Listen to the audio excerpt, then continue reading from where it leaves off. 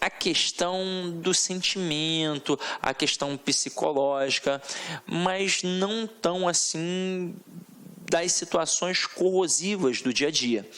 Já o Carlos Drummond de Andrade, que tem o Sentimento do Mundo e a Rosa do Povo, esse daqui foi um grande escritor. Esse aqui vale a pena ser lido. Ele tem alguns momentos, né? O Carlos Drummond de Andrade, mineiro, que fez faculdade de farmácia e se viu escritor, ele trabalhou algumas coisas mais imaturas, logo no início da sua literatura, mas depois ele virou um gênio.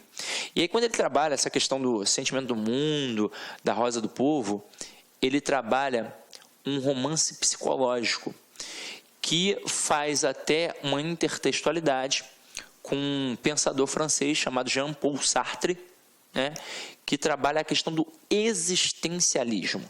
Então, o Drummond trabalha a questão do existencialismo, em que o homem começa a contestar a sua posição no mundo. Para que eu estou aqui? Para que eu sirvo? De onde eu vim? Para onde eu vou?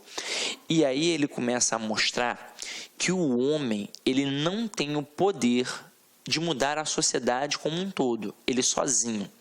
Mas ele é capaz de atribuir significação àqueles que o circundam.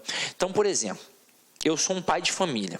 Eu não vou mudar a sociedade como um todo, mas eu sou capaz de, dentro da minha célula familiar, vamos supor que eu tenho uma esposa e 2 filhos, eu consigo influenciar.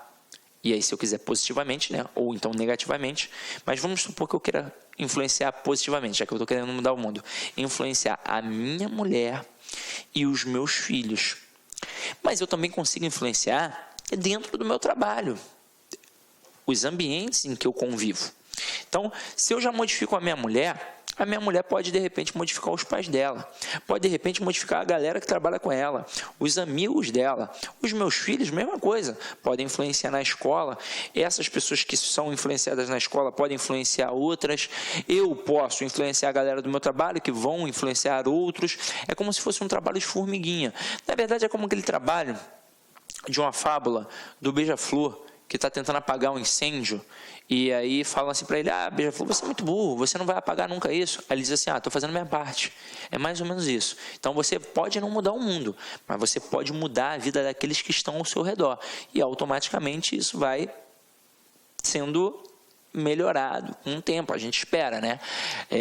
Por exemplo, o Paulo Freire, ele diz que a educação não muda o mundo, a educação muda pessoas, e as pessoas mudam o mundo, mas não muda uma pessoa o mundo de forma geral.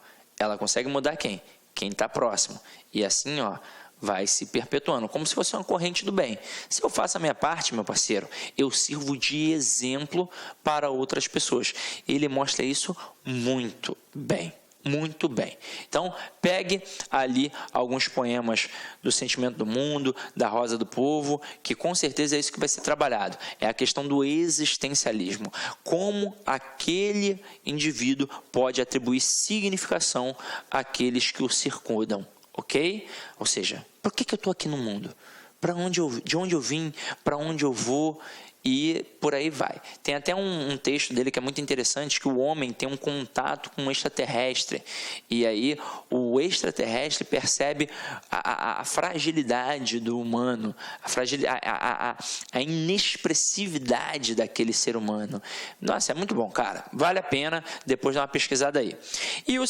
E agora tem a questão da prosa, né, que a gente tem aqui, na verdade, 3 momentos. Saiu um errinho aí, né, de digitação. Saiu o segundo momento, terceiro momento. Na verdade, o que eu tenho? Primeiro momento. Não, perdão. Tá aqui. Primeiro momento, segundo momento de poesia. Né? Quando a gente fala esse primeiro momento aqui, é um primeiro momento de prosa, tá? Macunaíma, pau-brasil, libertinagem é prosa. Aí aqui teve uma confusão, né? Tem a poesia, que a gente tem o segundo momento, mas foi confundido, né? Porque aqui, teve um probleminha aqui, Opa! E a gente tem aqui a prosa. Ih, ficou meio misturado, mas não tem problema não. Tem problema não. Aqui a gente tem agora a prosa, que é o segundo momento em relação àquele primeiro momento que a gente teve ali, ó. Tá? Beleza?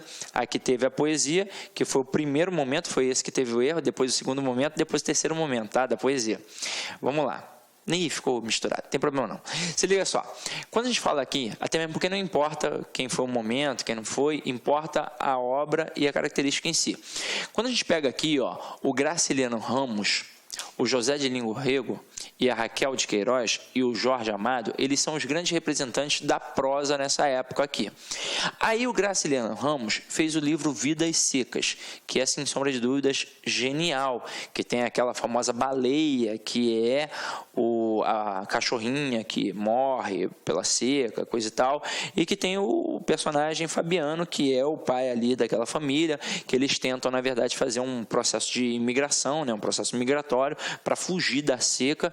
Só que não é só uma literatura regional, é uma literatura que trabalha todo o processo psicológico do homem, todo o sofrimento que ele está ali, então é muito bom. Quando a gente fala aqui do Menino de Engenho e da Raquel de Queiroz em O 15, esse em O 15 aqui trabalha mais a questão de algumas situações conflituosas, como revoluções, guerras, coisa e tal, mas não é muito trabalhado em prova.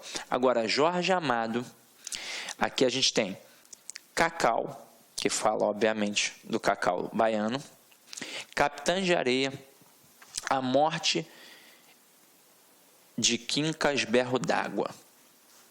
A Vida e a Morte, né, de Quincas Berro d'Água.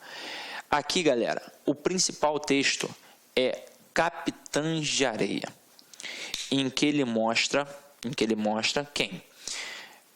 Jovens que viviam na sociedade baiana fazendo pequenos furtos, que são os capitães de areia.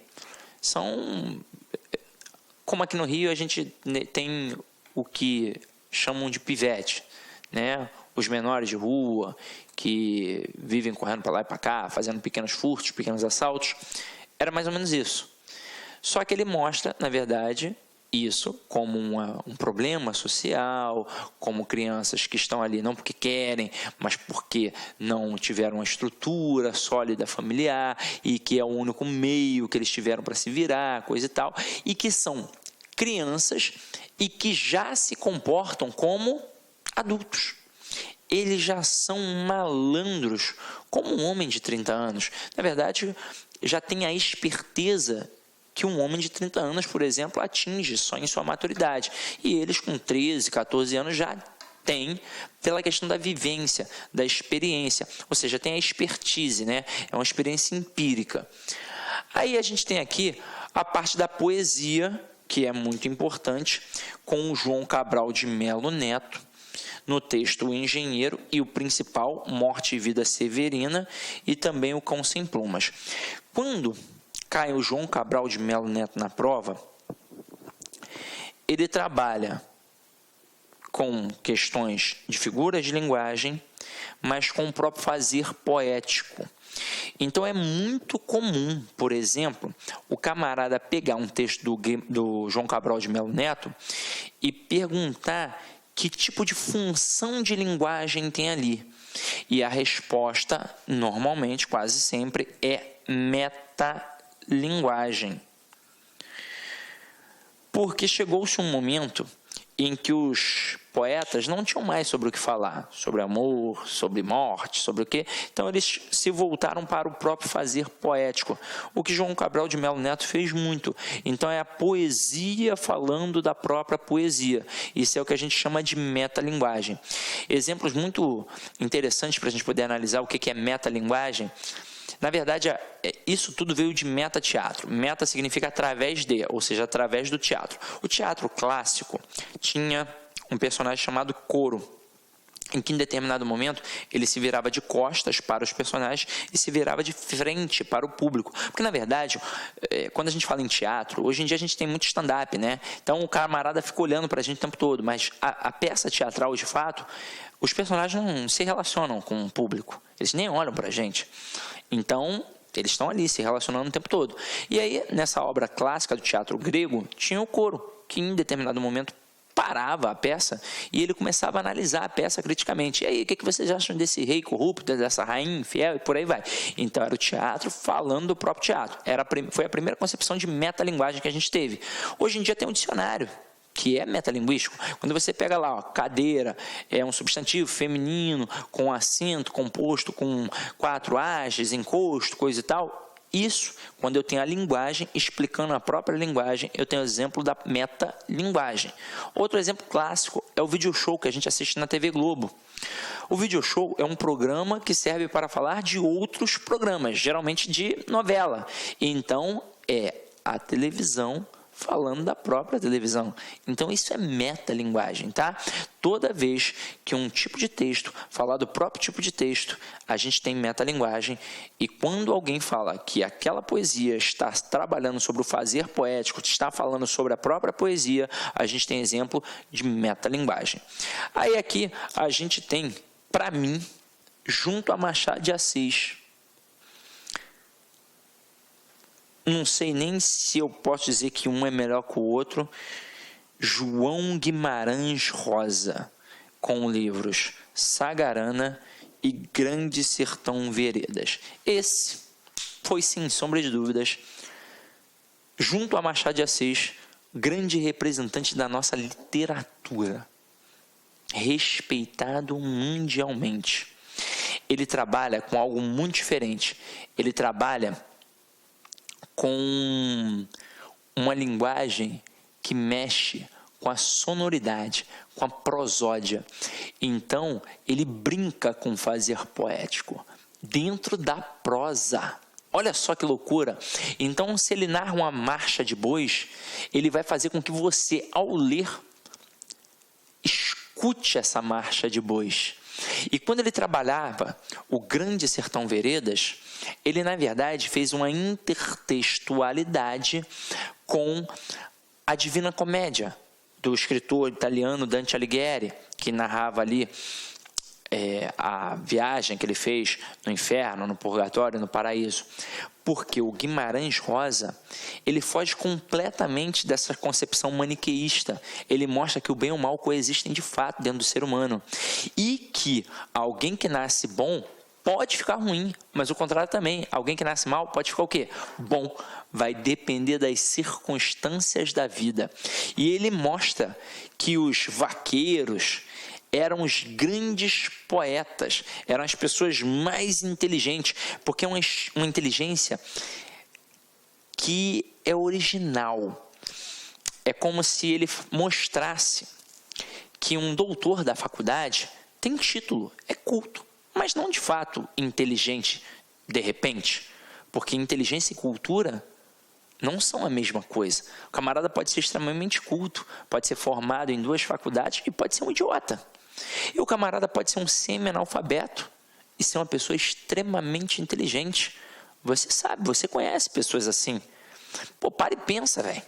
De repente você mora num condomínio que você conhece um montão de gente, mas a pessoa mais maneira que tem no teu condomínio, mais inteligente que você para trocar uma ideia é o porteiro, que não fez nem a 4ª série, mas é um camarada inteligente, que talvez se tivesse tido oportunidades na vida, seria um grande engenheiro, um grande advogado, um grande médico, mas infelizmente não teve. Mas ele é burro? Não, ele é inteligente.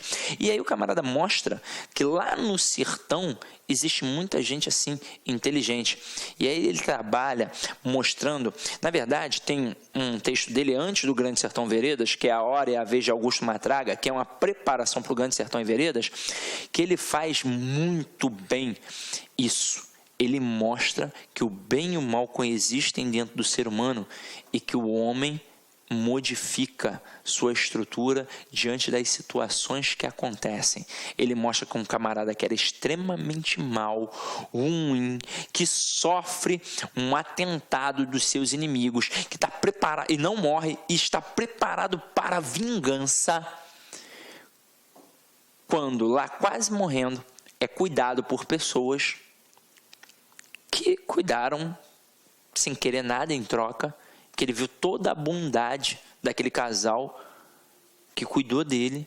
Ele percebe que não tem por que ser mal, não tem por que querer vingança, que ele pode ser bom como aquelas pessoas. Isso é sensacional. Então, ó, Grande Sertão Veredas, alguns contos dele são sensacionais. E aí, quando o camarada trabalha Guimarães Rosa, ele vai trabalhar em cima disso. Ele vai trabalhar em cima da linguagem diferenciada, que a gente diz que é um neologismo. Quando, infelizmente, em provas, ainda mais de concurso público, ele não vai aprofundar como um vestibular. Então, ele não vai trabalhar toda essa perspectiva psicológica que o Guimarães Rosa trabalha. Ele vai trabalhar em cima da linguagem, porque ele ficou muito conhecido através disso. Ele começa, por exemplo, o Grande Sertão Veredas com a palavra nonada. Nonada. Caramba, o que é nonada? É, na verdade, no meio do nada. É assim que começa a história, no meio do nada. Por isso que ele bota nonada. E é junta, tá? Não é no e nada, não. É nonada. E ele brinca com a palavra redemoinho, para dizer que o demônio, né, demo, está no meio do moinho, no meio das situações. Ele brinca muito com isso. Então, quando cai Guimarães Rosa em prova, normalmente o que o camarada trabalha? A questão do neologismo, que são as linguagens, né, são as palavras criadas, tá? Agora, gente, nós temos tendências contemporâneas, né? E aí, na tendência contemporânea, que é algo que a gente hoje tem como a nossa literatura, é óbvio que hoje tem blogs, tem não sei o que lá, tem a televisão, né, tem sites, mas quando a gente fala em tendências contemporâneas, que é algo mais formal hoje, né, faz mais parte da nossa vida, a gente tem pluralidade formal, ou seja, tem várias formas de utilizar aquele texto ali, e é muito conteudista, então tem uma preocupação com o conteúdo. Eu vou falar sobre o quê? E aí tem uma separação. Vou falar sobre amor, vou falar sobre ódio, vou falar sobre corrupção, vou falar sobre, sei lá, o dedo da unha do pé. É isso. Aqui a gente tem os principais autores. Rubem Fonseca, Feliz Ano Novo, mas eu recomendo muito ler Rubem Fonseca. Ele, se fosse vestibular, ele é o grande queridinho da UERJ, por exemplo. Grande queridinho, Rubem Fonseca cai direto, porque dá para trabalhar muito bem em cima do texto dele. Aí você vai falar, ué, mas professor, você não está trabalhando o texto aí, eu estou te dando o nome do cara. E eu vou te dizer que ele trabalha muito essa concepção da violência dentro do texto dele. Então tem que tomar cuidado. Então pode ser trabalhado dentro da prova, pensando no seu tipo de prova, um texto sobre violência. E pode aparecer um texto do Rubem Fonseca. Ué, mas como é que eu vou interpretar? Ora, você não já viu como é que funciona a questão da coesão textual, a questão da coerência, a questão da compreensão da interpretação, a questão da tipologia textual? Você não já sabe tudo isso? Então são conhecimentos agregados que vão servir para você poder identificar, para você poder interpretar aquele texto. Caio Fernando Abreu, com Morangos Mofados, hoje ele é um grande representante aí da literatura contemporânea. Ferrez, com Capão Pecado, esse daqui então, ele é bem corrosivo, ele é um crítico social muito sinistro. Altran Dourado, com Tempo de Amar e Os Sinos da Agonia, esse daqui então é sensacional. O Altran Dourado, ele dialoga com trilogias gregas assim de forma sensacional, e ele brinca mesmo, ele vai trabalhar em cima das principais mazelas do homem. Então ele vai falar, por exemplo, de estupro. Altran Dourado vai fazer isso, falar de estupro, e aí no momento que ele fala de estupro, ele vai mostrar que, pelo menos no texto dele, que o estuprador sente prazer no sofrimento alheio e por isso ele está ali praticando aquele ato sexual violento. Mas a partir do momento que a mulher não demonstra sofrimento, que ela meio que não tem o que fazer, ela fica quieta, né? Esperando já o pior, mas pô, não tem o que fazer. Acontece isso com uma personagem. O que acontece com o cara? Ele brocha e fica desesperado, porque ele só tinha tesão quando as pessoas tentavam lutar, fugir, gritavam, sofriam. A partir do momento que a mulher, aceitou, o que acontece com o camarada? Ele brocha. Então ele trabalha com coisas assim que fazem parte do nosso cotidiano das formas mais espúrias possíveis, tá? E aqui, isso é prosa, né? Aqui a gente vai ter a questão da poesia,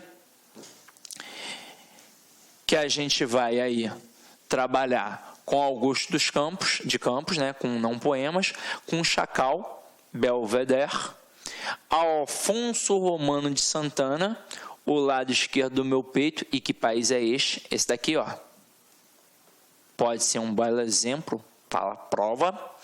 Manuel de Barros, com um livro sobre nada. Esse daqui, um artista da literatura, brinca com as palavras como poucos, ou seja, ele faz aquilo dali na arte de brincar. E aí vem um cara que com certeza pode cair na prova, que é o Ferreira Goulart, com textos como Dentro da Noite Veloz, Poema Sujo, O Principal e Em Alguma Parte Alguma. Esse daqui, se eu fosse você, pesquisava. Por que o Ferreira Goulart cai muito em prova? Ele morreu recentemente, você deve ter visto isso na televisão. Mas ele trabalha com crítica social e com todas as questões de sentimentos do ser humano.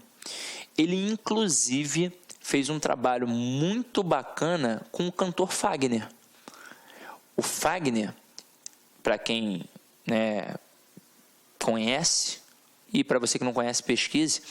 O Fagner é um grande cantor cearense, um grande intérprete, que musica, vários poemas. Ele pegou poemas de grandes escritores, mas ele fez muito trabalho em parceria com o Ferreira Goulart. Então ele musicou muitos poemas do Ferreira Goulart.